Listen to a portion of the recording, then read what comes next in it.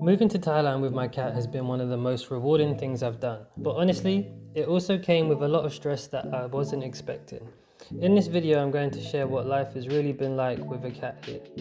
When I moved from the UK to Thailand, one of my biggest concerns was how my cat would handle the change. Not just the travel, but the heat, the food, the whole new environment, and the new healthcare. If you're planning a similar move, this video and the collection I'm building along with it is perfect for you. I'll be covering the travel and important processes in separate videos, as well as videos going over things like what to feed my cats, keeping my cats cool, the hidden dangers for pets in the home. So the first thing I want to talk about is vets. There are a lot of vets in Thailand, and the great thing about them is they're very cheap.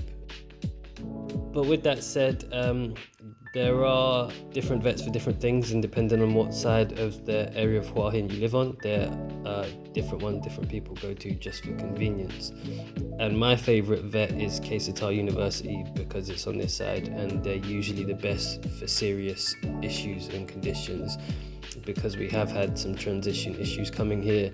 There's another vet that I use for small issues, just because they're a lot quicker, and that is 102 Pet Friends Animal Hospital.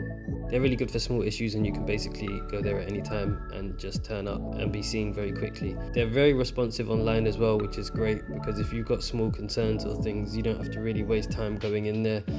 You can just send them pictures or messages and they respond to you very quick. If you live on the other side of Hua Hin, most people go to Bonkai or Dr. Nat. But another good piece of advice is, if you don't trust my opinion, I would suggest that you go to animal shelters and ask them what vets they use, because obviously they've had the most run-ins with vets, so they usually know who's the best of the best to go for. If you're planning to bring your cat to Thailand, here's my biggest advice. Research neighbourhoods carefully, and if possible, visit in person before moving. Consider whether a gated community or secure housing is right for you.